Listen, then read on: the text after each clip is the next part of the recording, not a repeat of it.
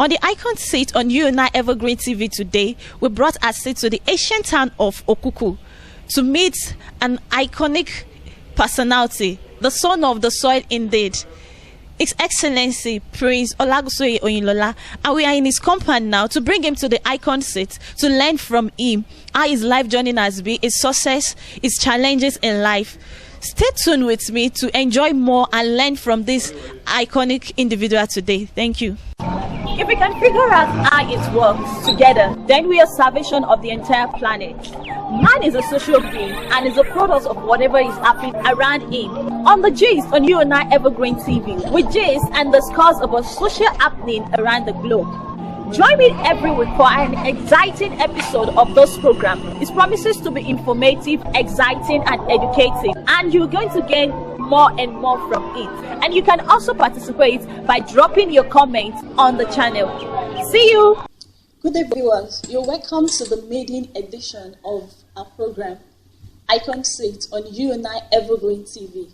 On Icon Seats, we bring iconic individuals from all walks of life that have made it in life, that have affected so many lives through their lives. We bring them to review their life journey, their challenges, their success, their mistakes, to learn from it.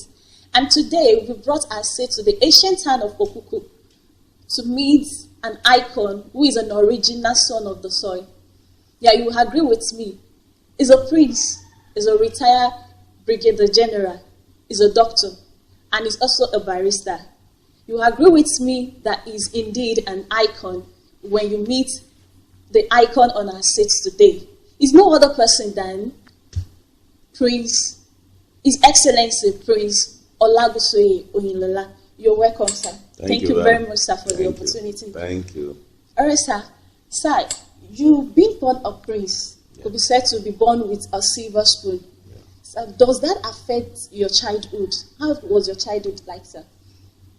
Well, to God be the glory that I was born a prince, but the divine visitation did not allow me to serve all that princeship, in the sense that when I was just 8 years old, the queen departed. And 6 months thereafter, when I became 9, the king also departed, effectively becoming an orphan at the age of 9. So, if they say princes are born with silver spoon, I wasn't old enough to hold the silver spoon. So that is how it has been with me at the beginning of my life's journey. Sir, you became an orphan at a very early age. Yeah. So how did you strive in life? How were you able to be an orphan? I will give that to the glory of the Almighty God. I was born into a family where common development of each other remain the goal. When the king died, every senior sibling decided to pick whosoever he loved to have with him for upbringing. I'm a product of a polygamous home, with the king having 22 wives and 64 children, biological and adopted. In that line, I'm number 43. So you can understand what I'm trying to give you a picture of what it looks like in the palace where I started my life. Now, each of the brothers decided to pick whosoever they wanted to train. Because of the way the old man handled his family, no one picked a junior sibling that is of the same mom with that senior. So I was lucky to have been picked by my late brother, Prince Ebenezer Oyinlola, who took me to Abeokuta, where I was working. I started my primary school in Oyinlola DC school, and I continued at Ima Primary School. When he was leaving for England in 1961, I was transferred to another senior brother, Dr. Folusho Oyinlola, who was working at a more plantation in Ibadan. By that movement, I became a student of Pataganga Primary School. From there, I returned home to complete my education in 1963 and went to Udoti Grammar School from 1964 to 1968. One thing happened while I was in Abeokuta that allowed me to decide at the age of 10 to go into the army. In 1961, the Nigerian troops returned from the Congo, and they did a flag march, or a route march, from their barracks in Lafenwa, and they marched up to Ima, where we are living. I recall vividly that it was amazing to see a group of about 500 men responding to an order given by one person, and there was no mistake in their movement. I could not believe that that kind of a thing is possible, given the background that I belong to the Boy Scout and the Boys Brigade. When the order is given, left turn, half we turn left, the another half we turn right. But for these men to have been responding to orders without this, I was looking out for mistake. I could not pick one. So I concluded that the web equipment they are putting on, that's the machine that is turning them. There's no amount of training that could have given them that kind of expertise. And that was the point where I said, if I grow, I will go into that. Of course, I marched with them from Nima to Lafenwa. If anybody who knows Abeokuta knows that that's not, it's not a small journey. Though on returning home, I got flogged by my brother. And coincidentally, I knew Obasanjo without knowing that he's the one, because he was in that parade. I had cause to discuss with him when we were passing through the same place. I told him this is where we are living, and this was where I decided to join the army when the troops returned from the Congo. Then he told me that he was in that parade. Then we got to this point. Thank you, sir. Sir, joining the army, and you talk about General Obasanjo now. Yeah. Okay, and looking back at your late father, the king.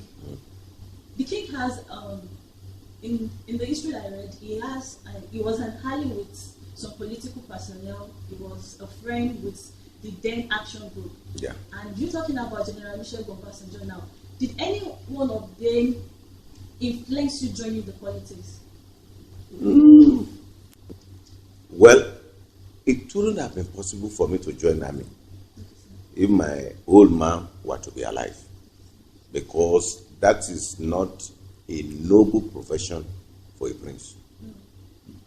I recall very well that one of my senior brothers, my late brother Oyelere, joined the army together with General Kennedy. They were classmates in our grammar school. They went and joined the army together. My father sent the DO to go and bring him back. He did. He was tied to the baobab tree in the palace and was flogged. A prince to go and join the army to fight for who? There are others to fight for the kingdom, not a prince. But you still went higher to. It was late by the time I joined the army. That was why maybe I was lucky to pursue what I had in mind. Now, coming to politics, I never believed in my life that I can be a politician. My impression of politician is that to be successful as a politician, you must have earned a PhD in telling lies. No, that is my view of a typical politician. When he wants your vote, he will tell you, look, you give me this vote, you see this moon shining in the sky, I will bring it down, put in your yard. Nobody will ever see any moonshine again. That's my concept of what a typical politician is. But one thing led to the other. And I became a politician through the influence of my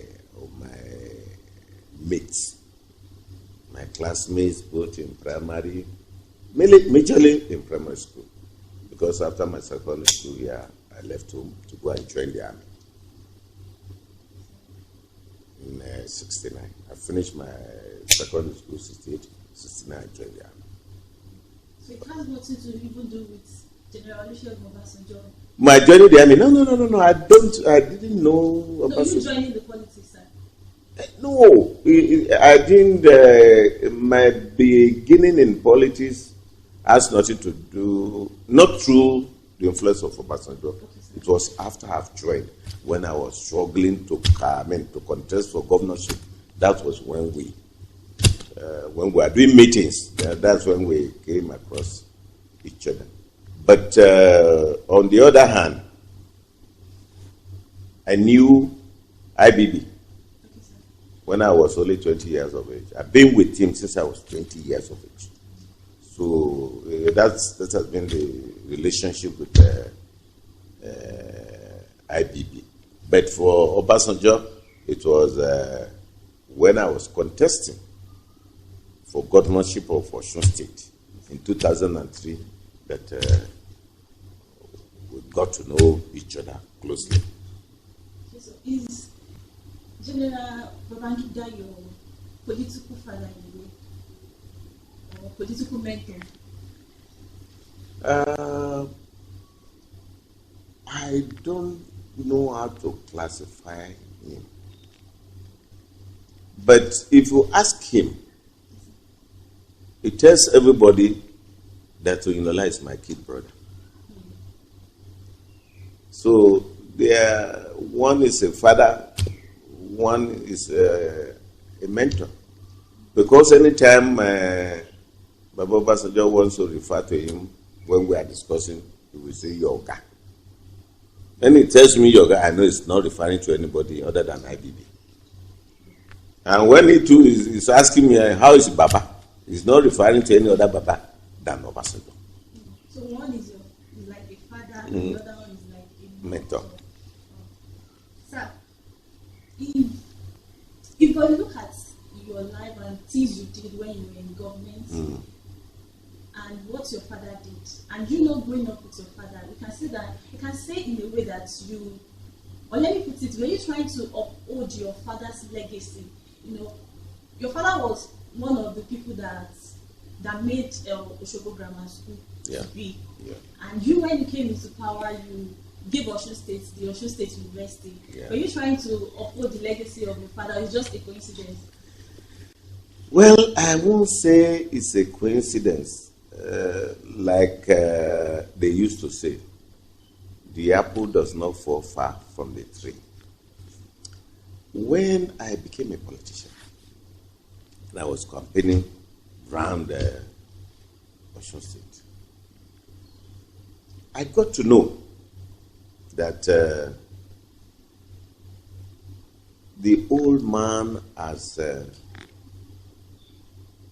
left some very good impression with the generality of the people in Osun State.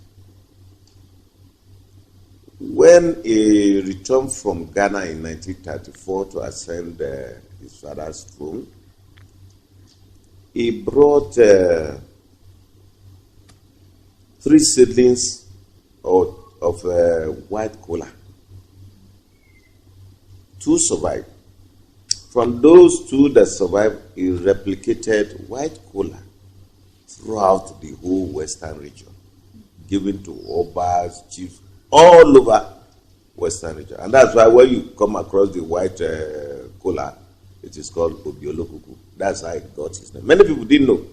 When they say, oh, this is Obiolokuku, he brought his siblings. And while I was campaigning, there's hardly any village or town I got to, somebody will not ask me, which Oyinlola is your own? I say, Okuku. Are you Moses' son? I say, yes. And the next thing, I see an avalanche of prayers for me. We got to a place in the Ijesha area during our campaign. And the Oba asked me, are you Moses' son? I said, yes, sir. Then he prepared his legs and he said I should sit on his leg. I sat and he was praying for almost an hour.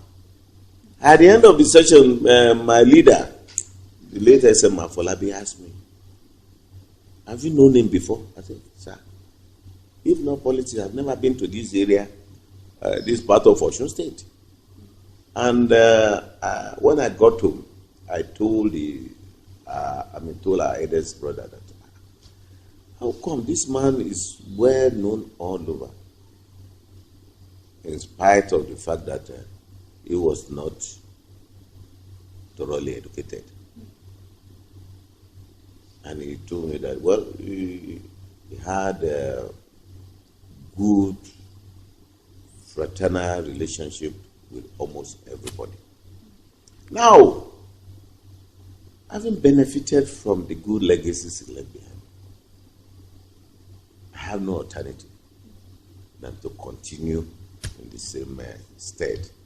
I said one thing, that the governorship seat, and I think I was repeating what I said in Lagos, governorship seat is second to my father's seat. And that's what was always in my mind in anything I did when I was a governor of Osun State. That is, if I can't take that into greater heights, I should not soil it.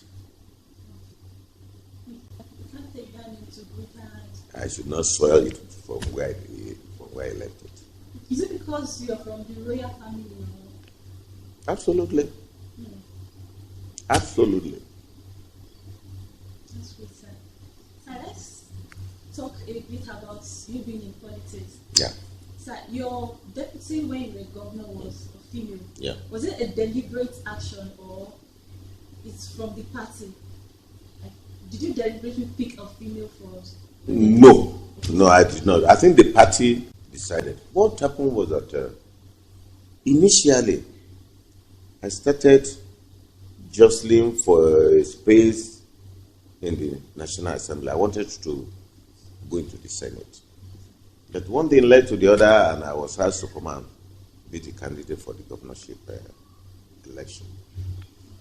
In the process, in our calculation, we believe that we need to get a strong politician from the Ijesha land to be a deputy. And the front runners then were those who were already in the race for governorship. The first proposal was for Chief Remi Ologun to be. That was the initial, but she declined. But she rather preferred to run for governorship. The next person is Obada. She accepted, and that was it. And that was how she became my deputy governor. Thank you, sir. But that time there were a lot of female deputy governor and a lot of female participation in government, was that the party ideology, or was that just a party ideology? Of course, the party's constitution recognizes the participation of women to a certain level of percentage. And that's why we try to meet up, if not totally, at least bear in mind the consequences of obeying the letters of our constitution. So we try to bring in a certain percentage of women folk into the government. Thank you, sir. Sir, and if you look at politics today, is there evenly participation of women? And another question, sir, is it possible for us to have a female president? Nothing is impossible before God. We've had women running in the position of governor, even though by default. And I think the one that comes to mind easily is the Anambra Mrs. Etiaba. That comes to mind because I could see a picture on the wall facing me there. Even though by default, she was governor of Anambra State, and I think she did well for the period that she was on the state. There's nothing that a man can do that a woman cannot do too. The only difference is that the percentage of women deciding to go into politics is such that they may not be in position to influence what they want to run for or what they want to become. In our own climb, politics is not seen as something that women should be part of. And I hope we will get to that stage where we'll be able to understand that there's nothing a man can do that a woman cannot accomplish too. Margaret Thatcher ran Britain uncreditably. Michael, the German Chancellor, is a woman. New Zealand, a woman. Golda Meir ran Israel. So there's nothing that a man can do that a woman cannot do, but we must give them the space. Thank you very much, sir. Thank you, sir. Sir, if I may ask, what is your greatest achievement while in government? What can I say that this is? What made you? A tough question to answer, in the sense that every accomplishment is only possible in an environment where there's peace. That I will consider the greatest joy. That during my service in Osun State, there was peace and harmony in the state. Following up on that, I had the singular grace of God that enabled me to terminate forever 100-year-old feud between Ife and Modakeke.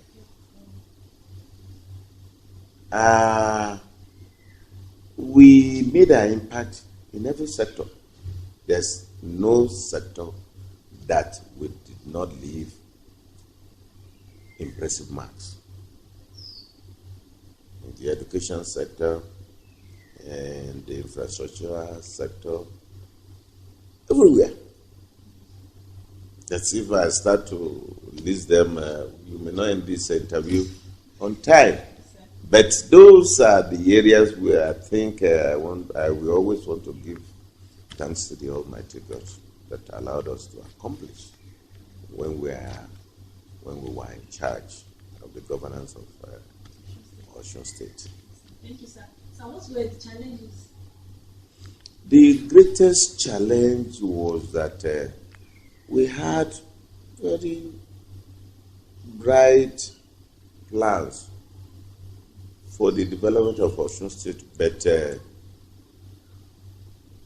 the cash flow was not there. We wanted to introduce the use of technology in combating crimes. And that means there must be, like what they are trying to do in Abuja, there must be street cameras to be able to trail criminals, to identify them. It's only when you know that if I commit this crime, there's 99% of the chance that I'll be caught. That's when you don't go into it. But when you are sure of 99% of not being dictated, you continue to do it. And that's why we must take steps technologically to detect and deter crimes. We didn't have money even to do that of Oshogbo alone. We couldn't because of the other competing needs that we need to address. So that's one of the greatest challenges, the greatest of all. Yes, sir. Thank you, sir. So is there any regrets? Like, do you have any regret? Like, okay, I would have done this, I should have done this. Is there any regret at all? I have no regret because I believe in the fact that faith has destined somebody to achieve whatever is able to achieve. What you did not achieve while in office, you are destined not to achieve it. So I have no regrets whatsoever. When you are destined to achieve it, definitely. Yeah, you if not. Thank you, sir. Thank you very much, sir. Oh, sir, let's move away. Okay, before we move away from politics, Yeah. are you still an active participant in politics? Are you still very active in politics? Very, very. So is there any requirement in politics? What we are trying to do is the current thing now, Yes, sir. that is in the front burner, Yes, sir. is the elections in Edo and Ondo. And we have been doing telephone battles since yesterday night to put our strategy in position to wrestle government for PDP from those two states. And God willing, we accomplish. By the grace of God. Yeah. Sir, let's talk about the Edo election. A lot of drama, let's in quotes, has been going on. People moving from one party to another and the rest. You've been an Edan in the party. Sir, what should we expect? What do you envisage from the Edo election? What I envisage is the fact that PDP is winning. And I can prove that. As of today, if I'm not mistaken, Yes, sir. PDP controls 2 senatorial districts out of 3 in Edo State. Which means it's only 1 senatorial district that is in the hand of opposition in Edo. Now, with the governor moving to PDP, I think we are home and dry. Because he has moved with all his followership, all the local government chairmen, the grassroots councillors, they are all moving with him. What then would make it impossible for PDP to win? Except the kind of practice, the kind of display we saw in Kogi state election comes up again. But is only a stupid general that will allow himself to be beaten twice with the same tactics. General, yes, that will fall prey of the same tactics twice. So that means things are ongoing to restore that kind of. No, well, I mean, we saw what happened, and it seems nobody cared. If that kind of brazen rigging is allowed to go, well, one, we have to take steps to address that kind of thing and make sure it does not happen again. Thank you,